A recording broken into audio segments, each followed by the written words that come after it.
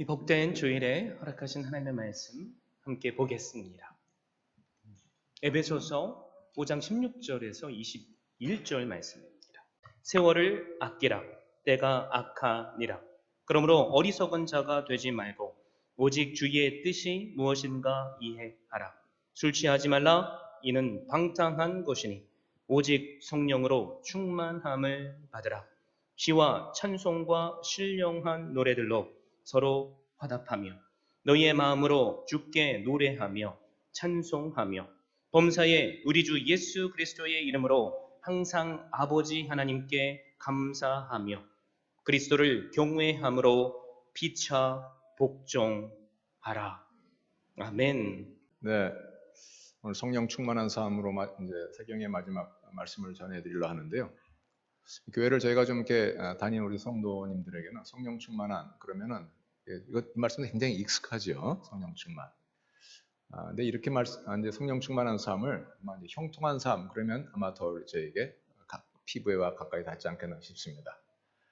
우리는 다 형통한 삶 살기를 원하죠. 생각해 보세요. 그러면 우리가 어떻게 하면 형통한 삶을 살까? 하나님께서 우리와 함께 하시면 되잖아요. 그죠? 하나님께서 우리와 함께 하시면 형통한 삶이 됩니다. 그럴 수밖에 없습니다. 성령 충만한 삶. 그러면 저희가 형통한 삶을 살게 될 것이고요. 카자흐스탄의 선교사님으로 지금 생각하고 계시는 오석진 목사님 말씀을 들으니까 이렇게 말씀을 하시더라고요. 거기가 이제 구소련 지역이잖아요. 그래서 이렇게 전도를 해서 예수 믿으세요 그러면 거기 이제 카자흐스탄 사람들이 나 예수 알아요. 나 예수님으로 세례 받았어요. 그렇죠. 그 동방 종교가 뭐 거기 얼마나 오랫동안 뿌리 박혀 있었던 종교예요. 거기에서 할아버지 때부터 아버지 뭐 자기 거기서 다 태어나서 그 교회 안에서 세례 받았고. 근데 이제 그러니까 예수님은 알아요. 그런데 이제 저희가 보면 예수 믿는 삶은 아니죠. 또 거기가 그 이슬람권이거든요. 그래서 이제 그분들한테도 전도해서 하나님을 믿으라 그러면 우리도 하나님 믿는다는 거예요. 거기서는 이제 이슬람 그게 자기들의 하나님이니까요. 아브라함의 하나님, 자기들도 아브라함의 하나님을 믿는다 이거예요. 그런데 저희가 이제 성경 말씀을 놓고 보면 예수 믿는 사람이 아니에요. 그래서 그분들에게 성령 받으셨습니까? 그러면 성령이 뭐예요? 이제 그런다는 거예요. 동방 종교에 속해 있던 분들도 성령님이 누군지도 모르고 처음 듣는다는 거고요. 뭐 당연히 이슬람권에 있는 분들도 성령님 모른다고 하는 것이고요. 지금 이 시대 우리 한국에 있는 성도님들도 그렇고 미국에 있는 저희들도 그렇고 세월이 오래 지나가면서 예수 믿는 것도 저희가 알고 그리고 뭐 하나님 계신 거 저희가 알고 그런데요. 단도직입적으로 질문을 던져서 성령 받으셨습니까? 또는 성령 충만하십니까? 물어볼 때 어떤 분은 내가 성령님 받았나 안 받았나를 모르실 수도 있고요. 또 성령님의 존재를 알고 믿으시는 분이라 할지라도 내가 성령 충만한가? 나 성령 충만하려고 노력하죠. 이렇게 말씀하실 수도 있겠습니다. 그러나 성경은 저에게 말씀하셨습니다. 성령 충만하라. 그러니까 반드시 그렇게 돼야 되는 것이죠. 하나님께서는 저희가 형통한 삶 살기를 원하세요. 부모가 자녀들이 형통한 삶 살기를 원하는 것처럼 아버지 되신 우리 하나님께서 저희가 그렇게 살기를 원하신다 이 말씀이에요. 그러면 포인트는 이겁니다. 어떻게? 그것을 위해서 하나님께서 어려운 일을 하라 해도 저희가 형통한 삶을 살 수만 있다면 저희가 무엇이든지 할 각오가 되어 있을 거예요. 첫 번째는 오늘 성경에서 저희들에게 답을 주시고 있습니다. 세월을 아끼라 때가 악하니라. 지금 때가 악한가요? 네, 험합니다. 이구동성으로 부인할 사람 아무도 없습니다. 전쟁이 있죠. 팬데믹이 있죠. 무섭습니다 지금. 그래서 그 다음에 뭐라고 말씀하셨나요? 어리석은 자가 되지 말고 주의 뜻이 무엇인가 이해하라. 주의 뜻이 뭔가요? 바로 그 다음 절에 또 말씀하셨습니다. 술 취하지 말라. 이는 방탕한 것이니 오직 성령의 충만을 받으라. 저희를 향한 주님의 뜻은 성령 충만함을 받는 겁니다. 그러면 주님 어떻게 해요? 그 다음 절에 설명을 하셨습니다. 신령한 노래로 노래 부르고 주께 노래하며 찬송하라. 성령 충만한 삶, 형통한 삶을 살기 위한 주님의 가르치심 첫 번째는 주님께 찬양하는 삶입니다. 다른 말씀으로 드리면 예배하는 삶입니다. 예배드려라. 우리 맨날 저희 매주마다 예배 드리는데요. 네. 예배 드리시는 성도님들은 너무 잘하시는 거고요. 바로 그것이 지금 성령 충만한 그 길 가운데 계신 겁니다.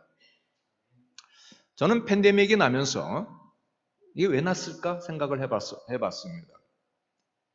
그래서 저는 욥기 1장에 그 말씀이 생각이 났거든요. 욥은요 나중에까지도 몰랐어요. 왜 자기가 그런 일을 만났는지, 왜 내가 그런 어려운 일을 만났는지 몰랐죠. 그래서 처음에 상당히 욥이 하나님을 원망합니다. 그럼에도 불구하고 성경은 욥이 하나님 인내로 자 버텼다고 이렇게 좀 좋게 봐주신 것이죠. 뭐 3장 가서 보세요. 하나님 왜 나를 낳으셨습니까? 뭐 이러고 막 엄청 원망합니다. 하나님 이럴 바엔 나 죽는 게 낫겠습니다. 막 그러고 말이죠. 왜냐하면 너무 어려웠으니까요. 근데 그거 왜 났죠? 욥은 까닭을 알 수 없었습니다. 하늘에 써 있었던 그 일, 영계의 그 일을 어찌 알 수가 있었겠어요? 저는 영계에서 또 다른 회의가 있었을 것 같습니다. C.S. 루이스라는 분이 계신데요. 20세기 최고의 평신도 이제 신학자로 알려지신 분이 옥스퍼드 대학의 교수를 하시고 그분의 지은 책 라니아의 연대기는 미국의 방방곡곡 어느 공립도서관에 그분의 책이 없는 데는 없습니다. 그분이 많은 이제 아주 누구나 쉽게 읽을 수 있는 기독교 서적을 발행하셨는데 그 중에 하나가 스크루테이프의 편지라는 책이 아주 얇은 책이 있어요. 거기 보게 되면 이런 내용이 이겁니다. 사탄의 입장에서 본 전략입니다. 그 사탄들이 이렇게 이제 회의를 하는 거예요. 야야 저거 사탄의 입장에서는 하나님이 원수죠. 사탄의 입장에서는 그리스도인들이 원수의 백성들이죠. 야, 저 원수의 계략을 우리가 어떻게 깨트리겠냐? 저 원수의 저 백성들을 우리가 어떻게 이기지? 한번 이야기들을 내봐라. 그러니까 어떤 이제 사탄은 저들로 하여금 성경을 믿지 못하게 하면 어떻겠습니까? 야야 그거 우리가 다 써봤는데 그거 안 돼. 넌 어떻게? 저는요 그들을 좀 바쁘게 만들어서 기도하지 못하게 하면 좋겠습니다. 그거 좀 괜찮은데 뭐 이런 얘기들이 그 책에 나옵니다. 저는 사단의 전략회의가 또 한 번 열렸는데요. 이번에는 한 마귀가 이렇게 전략을 냈던 것 같습니다. 냈구나 생각이 들었습니다. 코로나를 일으켜서 한 지역도 아니고 전 세계에 팬데믹을 일으켜서 저들로 하여금 교회에 가는 것을 무섭게 하면 어떨까요? 저는 이것이 천지창조 이래로 사단이 낸 가장 좋은 계략이었다 저는 생각합니다. 그 욥기 1장에 사단이 그런 전략을 낸 걸 하나님이 안 된다 그러셨어요? 허용하셨어요? 허용하시죠. 왜요? 몰라요 저희는. 그 왜라고 물어보지 마세요. 저도 몰라요. 성경도 거기에 답변하지 않으셨습니다. 사단이 계략을 냈고 하나님은 허용을 하셨습니다. 이번에도 사단은 계략을 냈고 하나님은 허용을 하셨습니다. 왜요? 저희는 몰라요. 중요한 건 사단의 계략입니다. 예수 믿어야지. 성경책 열심히 읽어라.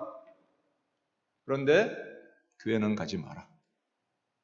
한국의 어떤 유명한 목사님은 이제서 하나님께서 우리에게 교회 가지 않고도 예배드릴 수 있는 좋은 길을 열어주셨습니다. 이런 말씀도 하시더라고요. 조회수를 보니까 세상에 몇십만 명이 그걸 조회하시더라고요. 근데 성경은 뭐라고 말씀하셨어요? 오직 성령의 충만을 받으라. 그리고 첫 번째 하신 말씀이 뭐예요? 주께 찬송하며. 어떻게 하라는 거예요? 예배드리라는 말씀이죠. 예배드려라. 시편 103편 1절 이하에 내 영혼아 여호와를 송축하라. 내 안에 있는 모든 것들아 여호와를 송축하라. 너희는 그 은택을 잊지 말지어다. 내 모든 죄악을 사하시며 내 모든 병을 고치시고 내 생명을 파멸에서 구속하시고 인자와 긍휼로 관을 씌우시며 좋은 것으로 내 소원을 만족해 하셨느니라. 그러므로 어떻게 하라고요? 요 하나님을 송축하라고, 찬양하라, 찬양하라 말씀하셨습니다. 저는 구약의 이스라엘 백성들이요, 그때 7대 절기가 있었는데 중요한 건 3개의 절기가 있었어요. 6월절, 오순절, 77절. 이때는 어떻게 해야 되는지 아십니까? 예루살렘으로 가야 했거든요. 며칠 동안요? 7일 동안. 그래서 예수님 12살 때 이야기도 기록되어 있죠. 6월절에 다 같이 예루살렘으로 갔다가 거기서 예수님 잃어버리는 이런 사건이 있잖아요. 예수님을 이렇게 잃어버렸다 찾았다. 그런 것을 또 알지만 그걸 통해서 유대인들이 어떻게 6월절을 지켰냐 하는 것도 알 수가 보게 됩니다. 그러면요. 일주일 동안 예루살렘에 내려가게 되면 소밥은 누가 줘요? 일주일 동안 예루살렘 내려가면 포도는 누가 지켜요? 일주일 동안 글로 내려가면 양은 누가 돌봐요? 하나님의 메시지는 이것이었습니다. 너희가 양 지키는 것 아니다. 내가 지킨다. 너희는 6월절을 지켜라. 가서 7일 동안 너희를 애굽에서 종되었던 애굽왕 바로의 손에서 너희를 구속해내신 여호와 하나님의 내 영혼아 여호와를 송축하라. 일주일 동안 하나님 앞에서 송축하고 그의 이름을 높이며 하나님께 예배드려라. 너희의 밭은 내가 지킨다. 미국에서 살아보니요, 열심히 일하면 부자 돼요? 되시는 분도 있고 안 되시는 분도 계시더라고요. 안 되시는 분이 더 많으셨음을 제가 보게 됩니다. 그러면 부자가 안 되신 분은 열심히 일을 안 하신 게 아니에요. 열심히 일하셨습니다. 그런데 부자는 안 되셨어요. 그냥 먹고는 삽니다. 미국은 먹고는 살잖아요. 사실 먹고만 살면 됐죠. 그런데 왜 부자가 안 되셨을까요? 또 열심히 자녀들을 위해서 과외시키고 여기 가서 이것도 하고 학교 액티비티 참여하고 그러면 좋은 대학 가요? 갈 수도 있고 못 갈 수도 있고. 열심히 내가 운동하면 건강하고 오래 사나요? 오래 살 수도 있고 그렇지 않을 수도 있고. 요지는 이겁니다. 그것이 나에게 달려있지 않다는 겁니다. 이 3가지보다 더 중요한 거 어디 있어요? 돈, 자녀, 건강. 저희 그것 때문에 살잖아요. 근데 내가 제일 소중하게 여기는 이 3가지가 내 뜻대로 안 되더라고요. 누가 해주셔야 돼요? 하나님께서. 팬데믹 때 그런 거 한번 생각해 보셨습니까? 제가 전에 섬기던 교회에 한 성도님이 캘리포니아 살다가 아리조나로 이사 가셨거든요. 캘리포니아 사실 때 비즈니스를 엄청 크게 도매상을 했습니다. 저한테 편지를 주시면서 그러시더라고요. 목사님, 남편이 이제 리타이어를 해서 자기도 그 비즈니스 접고 비즈니스를 이렇게 이제 매물로 내놓으니까 많은 사람들이 찾아와서 그랬대요. 그래서 그중에서 가장 값을 세게 주는 사람한테 파는 거죠. 그렇게 해서 파셨어요. 도매상이니까 얼마나 부지가 크겠어요. 그리고 집도 팔고요. 그리고 아리조나로 이사 가셨는데 그게 언제 팔고 언제 이사 가셨냐면 2020년 2월입니다. 그때가 어느 때죠? 코로나 나기 한 달 전. 어떤 사람은 그때 팔고 어떤 사람은 그때 샀습니다. 세상에. 저는 그 사신 분이 기독교인이 아니셨으면 좋겠어요. 재물요, 내가 지키는 것 아닙니다. 하나님께서는 너희는 나한테 예배만 드려라. 하나님께서 이스라엘 백성들을요 애굽에서 구원해내시고 가나안 땅에 옮겨다 주시고 적과 이르는 땅을 그들에게 주셨어요. 내가 너희가 나를 마음을 다하고 성품을 다해 나를 섬기고 나를 경외하고 나의 모든 계명을 지키면 내가 너에게 이른 비와 늦은 비를 적당한 때에 내리리니 너희가 곡식과 포도주와 기름을 먹을 것이라. 여호와의 눈이 항상 그곳에 있으리니 새초부터 새말까지 내 눈이 그 위에 항상 있느니라. 어떻게 하면요? 여호와를 경외하며 그 모든 도를 지키며 그를 섬기며 어떻게 하는 거예요? 구약시대로 말씀드리면 6월절 잘 지켜라 이겁니다. 최소한 1년에 3번. 6월절 또 뭐예요? 네, 오순절 그리고 7.7절. 1년에 한 번도 아니고 3번. 어떤 분은 이제 뭐 교회 주일 예배 있고 새벽 예배도 있고 수요 예배 있고 목사님 저 바빠요. 저 목사님 얼마나 바쁜지 아십니까? 알지요. 예배 다 못 와요. 못 오시면 못 오시죠. 어떡하겠어요. 그래도 오셔야 됩니다. 저는 이렇게 말씀드립니다. 성도님께 저도 반문합니다. 주일날 예배 드리시면서 그냥 이렇게 편안하게 사실래요? 아니면 주일날 예배 드리지 않고 불안하게 사실래요? 그럼 두 가지를 다 하시겠다 그러는 경우도 있죠. 예배도 잘 못 드리면서도 편안하게 살겠다. 그럴 수는 없어요. 둘 중에 하나 택하셔야 돼요. 그럼 어떤 거 택하실래요? 제가 목사니까 이렇게 말씀도 드리기도 하지만 성경에 있는 원리를 좀 말씀을 드리는 겁니다. 하나님께서 이스라엘 백성들을 가나안 땅에 옮겨 놓으시고 요구하신 것은 단 하나. 나의 절기를 지켜라. 절기 지키라는 건 어떻게 하라는 말씀이죠? 예배 잘 드려라는 말씀입니다. 내 마음을 다하고 성품을 다하고 뜻을 다하여 그를 섬기며 눈에 보이지 않는 하나님을 어떻게 섬기는 거예요? 예배 잘 드려라. 하나님 그러다가 우리 비즈니스 잘 안 되면 어떻게 해요? 그거는 내가 지킨다.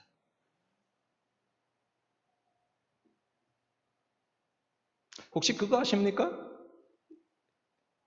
여리고성 무너지고 난 다음에 여호수아를 통해서 이렇게 말씀하시죠. 저 성을 재건하지 마라.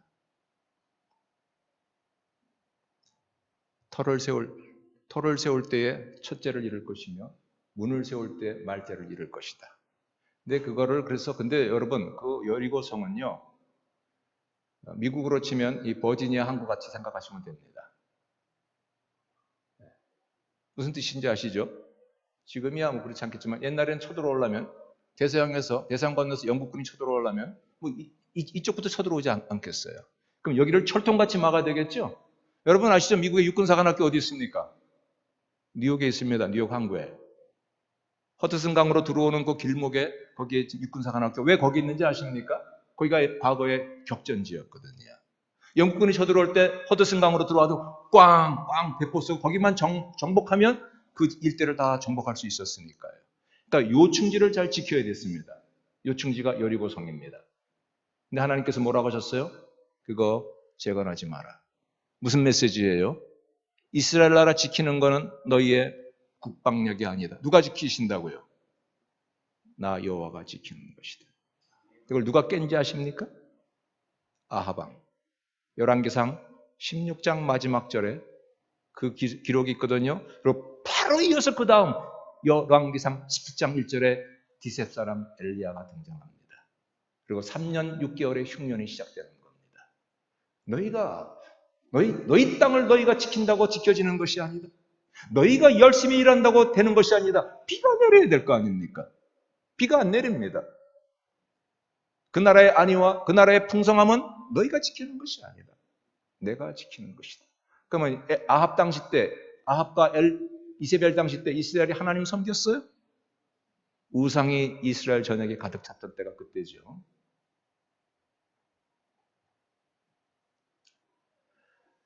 사도행전 20장 7절 이하에 보게 되면 안식구 첫날 그들이 떡을 때려 하여 모였을 때에 바울이 그 다음날 떠나야 했던 거로 밤중까지 말씀을 강론하기를 계속하며 그들이 윗다락에 등불을 많이 켰는데 유두구라고 하는 자가 창문에 걸터 앉았다가 바울이 강론하기를 계속하며 잠을 이기지 못하고 떨어진지라.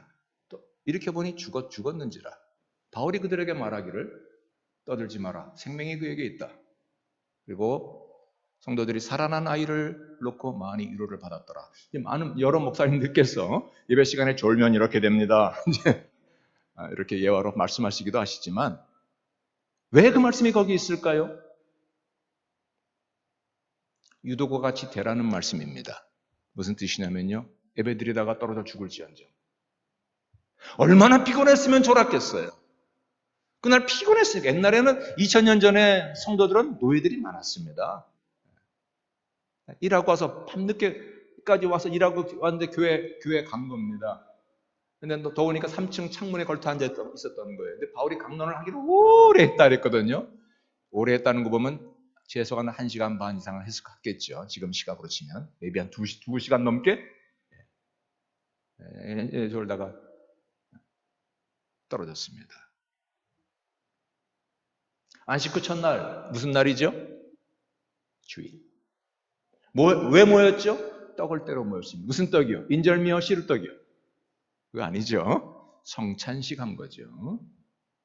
성찬식을 통해서 누구를 기억하는 거예요? 날 위해 십자가에 달리신 나의 구세주 예수 그리스도. 그래서 어디에 모였어요? 윗다락에. 윗다락이 뭐예요? 교회입니다. 거기에 모인 겁니다. 어떤 상황이라 할지라도요.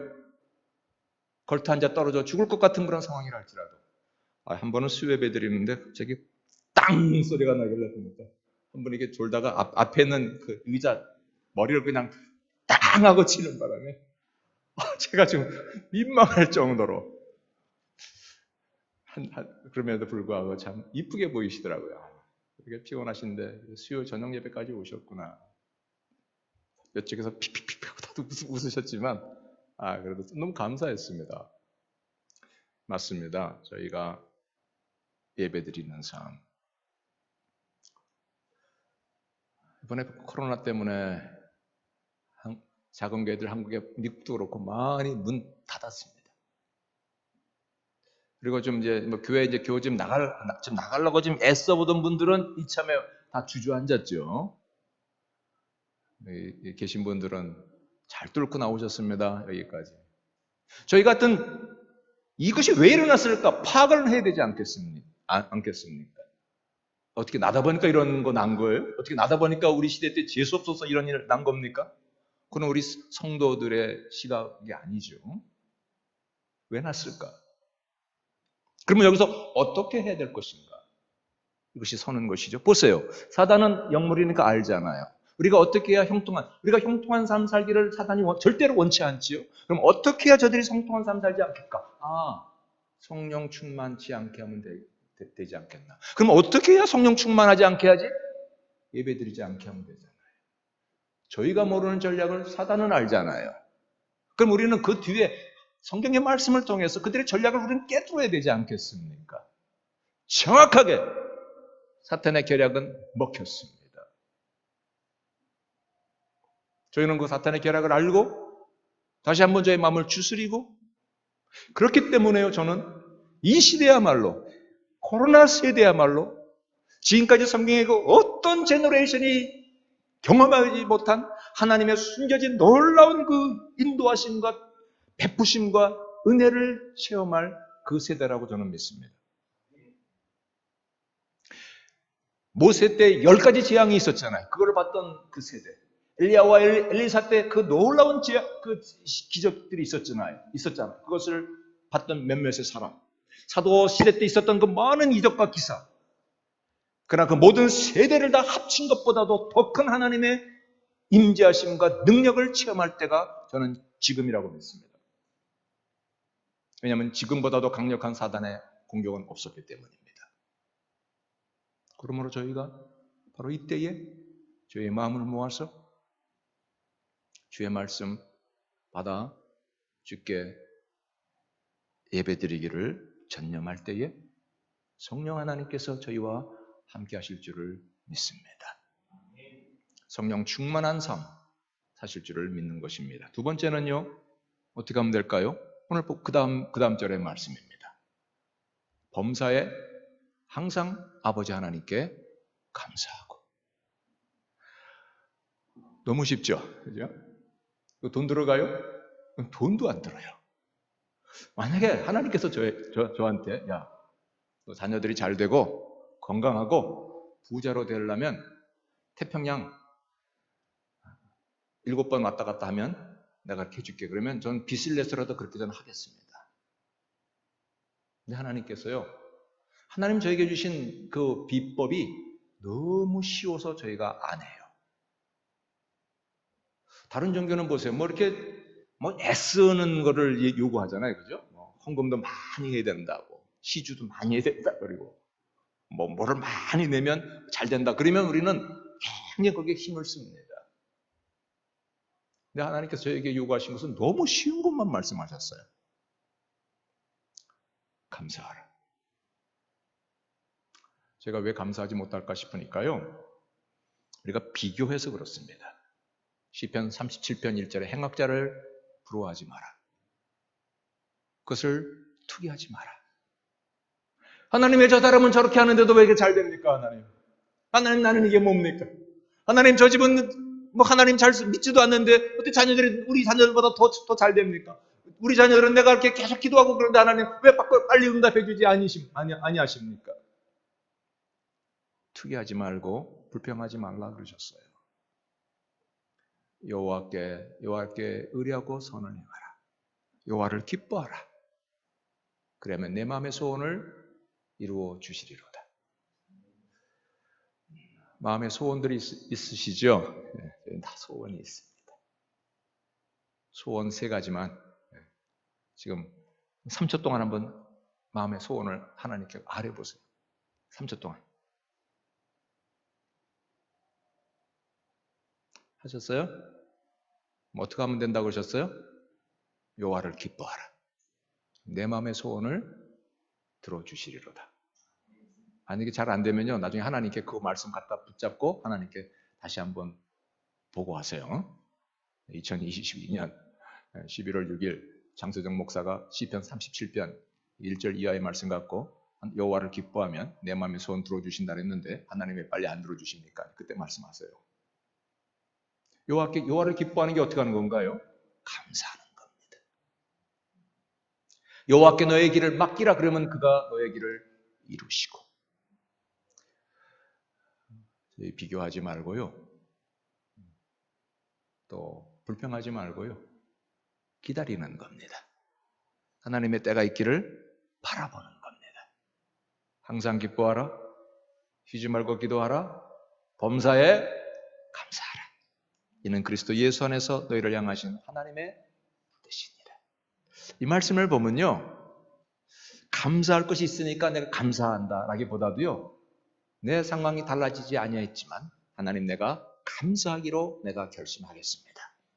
결단의 모습입니다. 기뻐할 것이 정말 없지만 하나님 내가 항상 기뻐하기로 내가 결심합니다. 이것입니다. 어제 제가 저희 어머니 말씀을 드렸지만요, 저희 장모님은 기가 막힌 삶을 사셨지만 제가 어머니랑 같이 살았던 지난 35년 동안요, 저희 어머니가 한 번도 화내시는 적을 본 적이 없어요. 늘 인자하게 웃는 웃음의 모습을 가지고 계셨던 분입니다. 저희 어머니만큼 그렇게 어떻게 보면 한많은 세상을 사셨던 분이 안 계실 텐데요. 어떻게 그러실 수 있었을까? 그냥 매일매일 저희 어머니 새벽 기도 쌓으시고 또 성경 말씀 보시고 이렇게 하시면서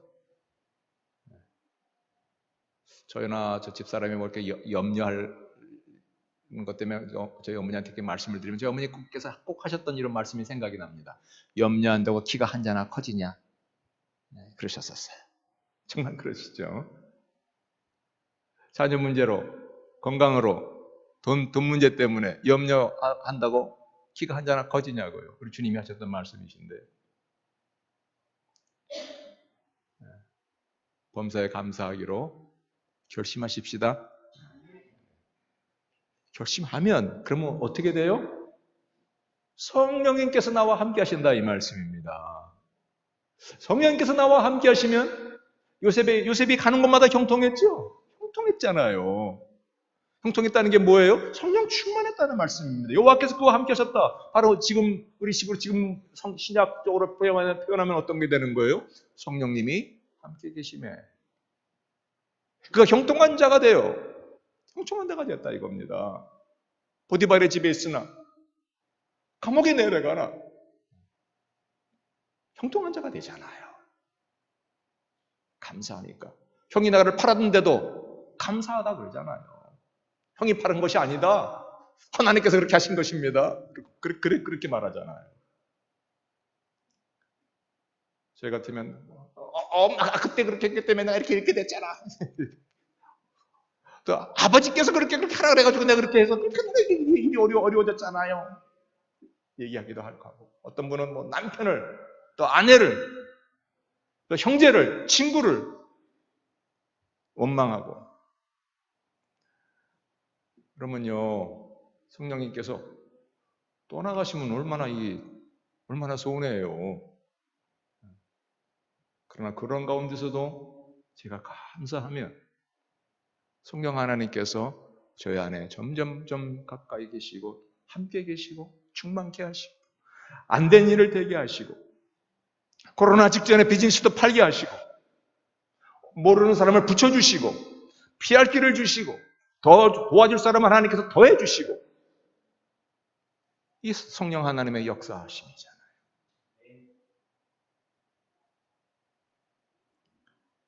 다니엘 6장 10절에 다니엘은 조소에 어인이 찍힌 것을 알고도 자기 집에 돌아가서는 전에 행하던 대로 예루살렘을 향하여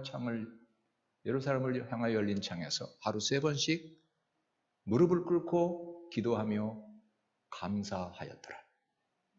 거기서 감사할 게 뭐가 있어요, 지금 사자굴에 들어가게 생겼는데요. 다니엘 6장 10절을 생각해 보게 되면요. 우리는 그 어떤 상황에서도 감사치 못할 상황은 없어요. 그래서 다니엘 사자굴에 들어가 잡혀 먹혔습니까? 아니잖아요. 하나님께서 주님이 함께 계시죠? 주님이 함께 계셨잖아요. 사자들 입을 다 봉했잖아요. 피할 길을 주시잖아요. 그래서 더 높이셨잖아요. 그래서 저는 생각하는 겁니다. 코로나를 통해서 우리 1세대는 조금 좀 포기하자고요. 포기하고요. 그러나 저희 다음 세대를 향하여 하나님께서 지금의 그 어떤 세대가 경험해보지 못한 놀라운 하나님의 능력과 인도하심과 섭리하심과 구원하심과 일으키심과 회복케 하심과 부흥케 하심과 구원의 역사가 이제 열매를 맺을 겁니다. 그 누구도 생각하지 못한 누구를 통해서요? 저희 다음 세대를 통해서. 어떻게 해요? 저는 방법은 모르겠어요.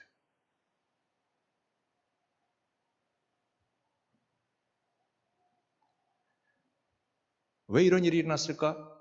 사단은 저희를 하나님, 주님께 예배드리지 못하게 하려고 모략 가운데 그것을 냈지만 그것을 역전시키시는 분은 또 누구시죠? 우리 하나님이십니다. 저희로 하여금, 저희 1세대로 하여금 저희를 경각하게 하시고 하나님 또 잠시 잊고 살았던 내 욕심대로 살았던 저희를 돌이켜보게 하셔서 회개케 하시고 이제 저희에게 주셨던 경험과 또 저희에게 주신 물질을 갖고 다음 세대를 향하여 그들을 위해 저희가 기도하고 그들을 위해 저희가 그들이 잘 세워나갈 수 있도록 저희가 그들을 또 지키고 양육하고 세워감으로 그 세대들을 통해서 이루시고자 하시는 하나님의 마지막 구원의 역사의 시점 가운데 저희를 미끄럼 삼으실 줄 믿습니다. 저희 그거 하다 가자고요. 우리 뒤에 앉아있는 우리 학생들 우리 잘 세워져 나가서 그들을 통해서 최병선 목사님을 통해서 최병선 목사님은 아직 한 세대를 더 사역하실 목회자시잖아요.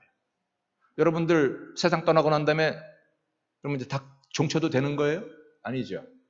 여러분들 저희 자녀들이 하나님의 사람들로 저희가 보지 못한 하나님의 영광을 보고 하나님의 구원의 사역 가운데 하나님의 함께하심과 하나님의 도우심과 하나님의 능력을 체험해 나가는 그들이 하나님을 영광의 예배를 드리고 하나님의 사역을 감당해 나가는 놀라운 사람들로 세워지고 인도자가 되실 수 있도록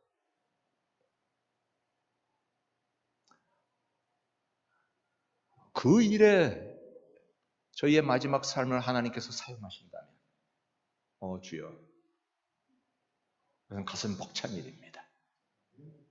가슴 벅찬 일입니다. 그것을 제가 감당할 수 있을진데 저희 모든 일 가운데서 하나님께 감사함으로 그래서 성령 충만하셔서 하나님의 뜻을 저희 세대를 통하여 이루시는 우리 지훈의 교회 성도님들 되시기를 주님의 이름으로 간구합니다. 세 번째는 이것이 킵니다. 그 다음 절에 있어요. 뭐 이게 어렵게 되어 있지 않습니다. 성령 충만하다는 말씀이요. 누가복음에 3번 세례요한이 성령 충만하고 그의 엄마 엘리사벳이 성령 충만했고 그의 아버지 사가랴가 성령 충만했다. 이렇게 누가복음에 3번 나오고요. 사도행전에 10번 정도 나옵니다. 베드로가 성령 충만하여 그들이 성령 충만하여 성령과 믿음이 충만한 사람 7을 세우라. 이렇게 10번 나오고요. 서신서에는 딱 한 군데 나옵니다. 바로 오늘 본문의 말씀입니다. 무슨 뜻일까요? 신약 교회 시대 때 성령 충만이 관건인데 성령 충만은 이렇게 해야 되는 것이다. 이 말씀을 하고 계신 겁니다. 어떻게 해요? 비밀스러운 이런 거를 말씀하신 게 아닙니다. 누구나 할 수 있는 방법을 말씀하신 겁니다. 첫 번째는 어떻게 해요? 예배드리라. 두 번째는요? 감사해라. 세 번째는요?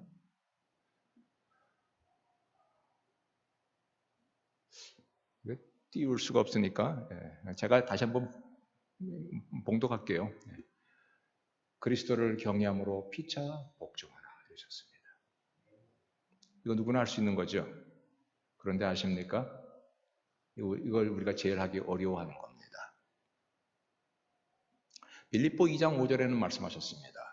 예수 그리스도의 마음을 배우라.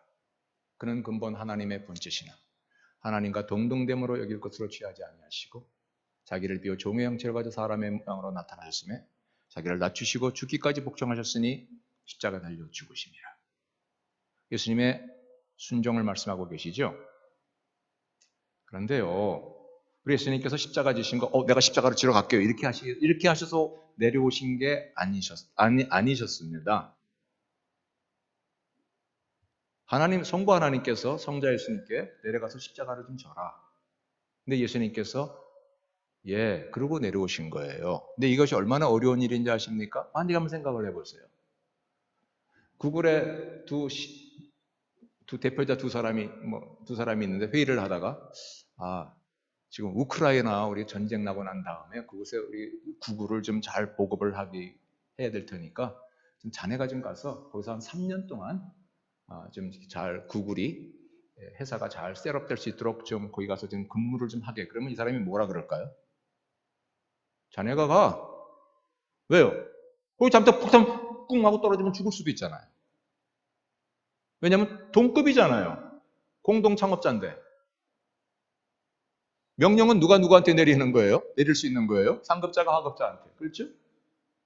특별히 좋은 일이라면 자기가 할 것이고 나쁜 일이라면 부하를 시키겠죠. 그럼 자네가 가라, 자네가. 성부 하나님, 성자 예수님 누가 더 높으세요? 다 아시는 건데. 같다 그러셨죠? 같다고 하셨어요. 그럼 아버지하고 아들인데 그러면 아버지가 더 높은 거 아닙니까? 이거는 관계를 말씀하기 위해서 그렇게 말씀하신 겁니다. 높고 낮음이 아니고. 그럼 한번 질문해 보세요. 우리 아버지가 더 높아요? 아들이 더 높아요? 엄마한테 물어보면 다 아들이라고 그러실 것 같은데.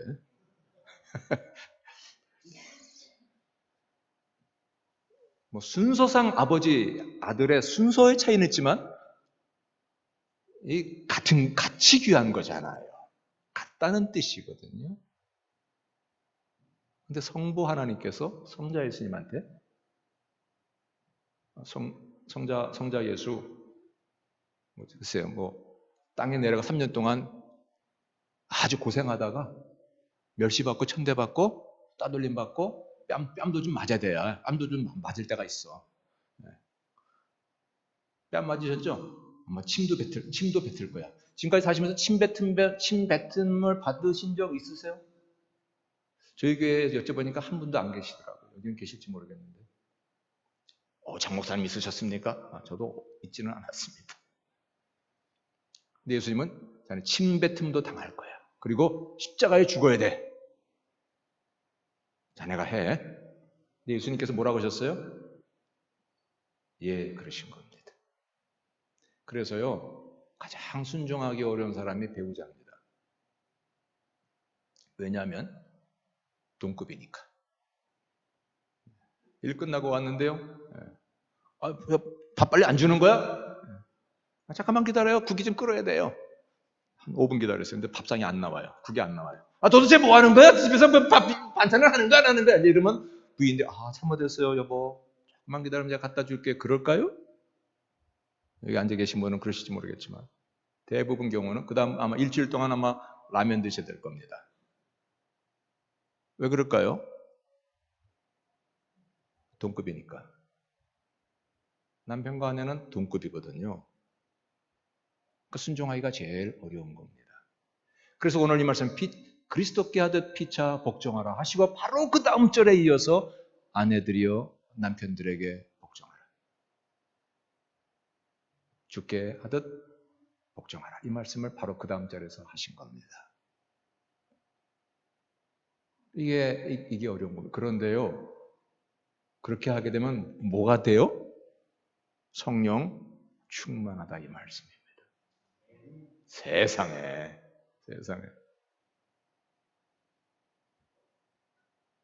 그래서 저도 성령 충만하려고 남편을 아내를 복종한다기보다도 남편을 아내를 위해 섬기는 겁니다. 예수님을 대표하는 두 단어는 그래서 순종과 섬김입니다. 인자의 영 무슨 뭐하러 오셨다고 하셨죠? 섬기러 왔다 하셨습니다. 사장님이 부하 직원을 이렇게 순종하는 건 아니잖아요. 사장님은 부하 직원들을 향해서 어떻게 할 수 있죠? 섬기는 겁니다. 강압적으로 말도 안 되는 명령 내리고 이렇게 하는 것이 아니라 어떻게 저들이 잘 우리 가게에서 일하면서 저들이 잘 살아갈 수 있을까? 그럼 어떻게 직장 생활을 이렇게 내가 해줄 수 있을까? 월급을 더 올려줘야 되나? 아니면 한 사람을 더 붙여줘야 되나? 이렇게 하는 것이 섬기는 거죠. 그러면 그게 뭐예요? 성령 충만한 삶이다 이 말씀입니다.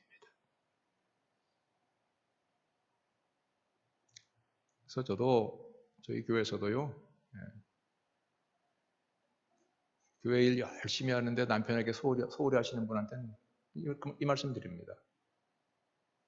교회 일 열심히 하시는 것도 좋으신데 남편부터 챙기세요 말씀드립니다. 남편이 예수도 안 믿고 그럼 성경 말씀을 바꿔야 되겠네요. 아내들이요 예수 믿는 남편에게 복종하라. 이렇게 그 말씀을 바꿔야 될 거 아닙니까? 근데 성경에 그렇게 말씀 안 하셨거든요. 그냥 남편에게 복종하라 하셨지.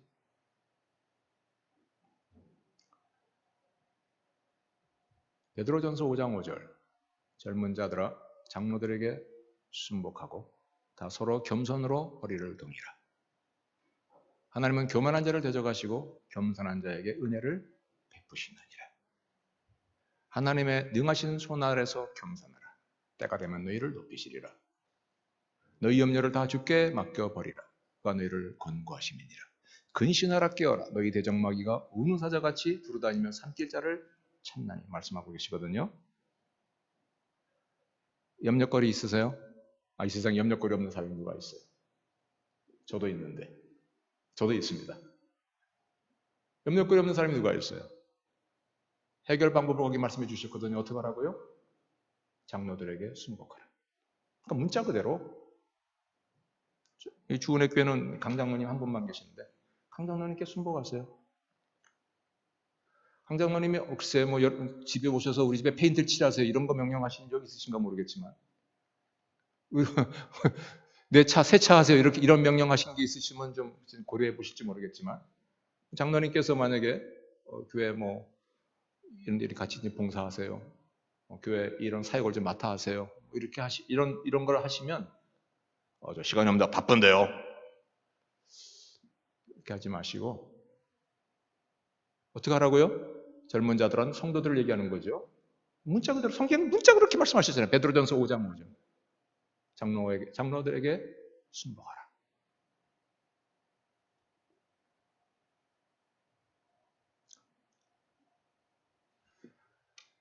물론 거기에 이제 장로에는 교회 이제 담임 목사님도 거기에 이제 포함되어 있거든요. 치리 장로 또 말씀 장로 이렇게 돼서 그래서 저는 그렇게 말씀드리려고 한다면 뭐 저한테 꼭 순종하라고 말씀하는 것 같아서 목사한테 순종하세요 이렇게 말씀드릴 수가 없잖아요. 순종하고 계시니까 이렇게 말씀을 또 드리기도 하지만 성경에 문자 그대로 베드로전서 5장 5절 젊은 자들아 장로들에게 순복하라. 근데 그 다음에 뭐라고 말씀하셨냐면 하나님께서는 교만한 자를 대적하시고 겸손한 자에게 은혜를 베푸신다. 그럼 누가 교만한 자라는 거요?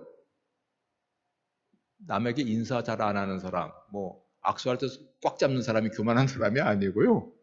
성경적인 교만한 사람은 누가 교만한 사람이냐면 장로에게 순복하지 않는 사람이 교만한 사람이라는 거예요.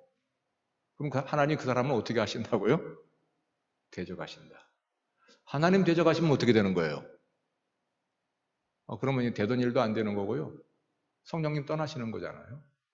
얼마나 무서워요. 근데 하나님께서 저희에게 주신 성령 충만한 방법 하나, 그냥 순종의 삶입니다.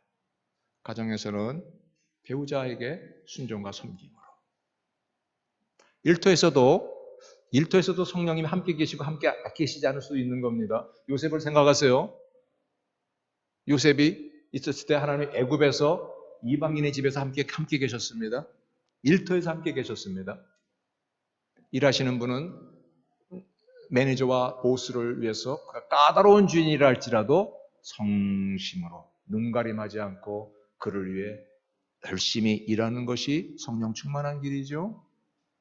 또 매니저와 보스의 입장에 계신 분들은 어떻게든지 그들이 잘 일할 수 있도록 그들을 섬기는 것이 성령 충만한 일이죠. 교회에서는요. 김 집사님과 이 집사님이 만약에 식당 봉사하는데요. 이 집사님, 이러지 마봐. 이거 좀 이번 주에 좀 하라니까. 이거 좀 설거지 좀 해. 물론 친한 분이니까 이렇게 얘기를 하셨겠지만 혹시 만약에 좀 덜 친한데 그런 말을 하시게 되면 이분이 왜 나한테 명령이야? 그럴 수 있겠죠. 왜요? 동급이니까. 만약에 회사에서 사장님이 일하는 직원한테 미스터 김, 미스리 와서 이것 좀 해. 그러면 왜 그 사장 당신 여지 나한테 시키세요? 이렇게 말할 수 있어요? 그럴 수 없어요. 당연히 내가 해야 될 일이니까. 그리고 급수의 차이가 있잖아요. 교회에서는요. 성도와 성도 사이에는 동급이라고 다 알고 있거든요. 근데 왜 나한테 명령하는 거야? 왜 나한테 이거 하라 저거 하라 그래? 그러죠? 그런데요. 여기에 뭐가 숨겨 있어요? 성령 충만함이 숨겨 있어요. 그러면요.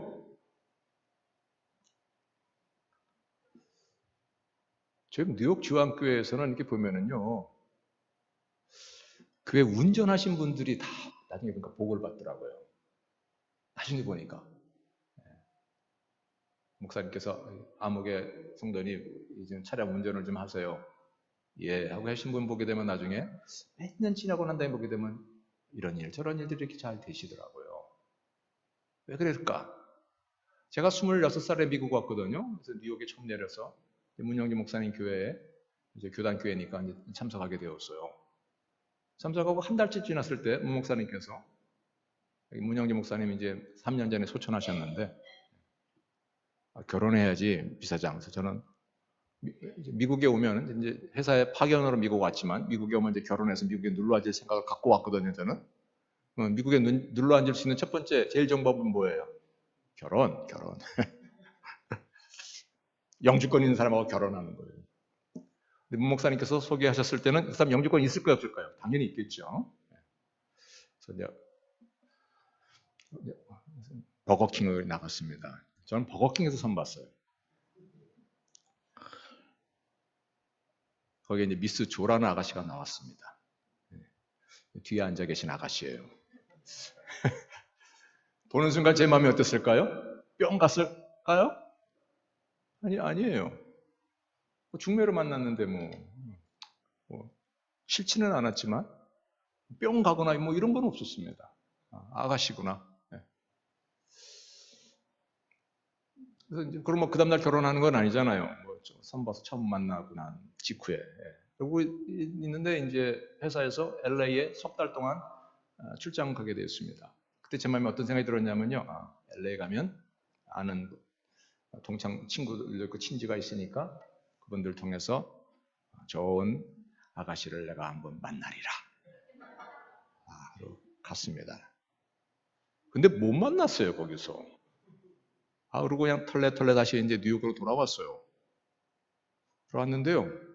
저희 이미 세상 떠나신 고 배승치 장로님께서 저희 집에 찾아오셨습니다. 문 목사님께 말씀을 다 들으신 거죠. 장로님 찾아오셔가지고 저한테 그러셨습니다. 이제 미사장, 목사님께서 이렇게 중매했던 미스조 다시 만나지 않겠어요? 내가 한번 불을 붙여볼까요? 그러시더라고요. 지금도 그 단어가 생각나요. 내가 다시 불을 붙여볼까요? 그러시더라고요. 제 마음이 어땠을까요? 제가 딱 이런 생각이 들었습니다. 결정을 내렸거든요. 결정 내리고 한 달 후에 결혼했습니다. 제가 결혼해야 되겠다 생각을 가졌던 이유는 단 하나였습니다. 내가 하나님을 믿는다고 하는데 신앙의 문제 때문이라면 내가 하나님 앞에 드릴 말씀도 있겠지만 제가 딱 들을 때도 저희 집 미스 조는 혼자 된 엄마하고 볼 때 이렇게 좀 빠리빠리할 것 같지 않은 처형 같이 있는데 넉넉할 것 같지는 않은 게 저도 한눈에 알 수 있었거든요.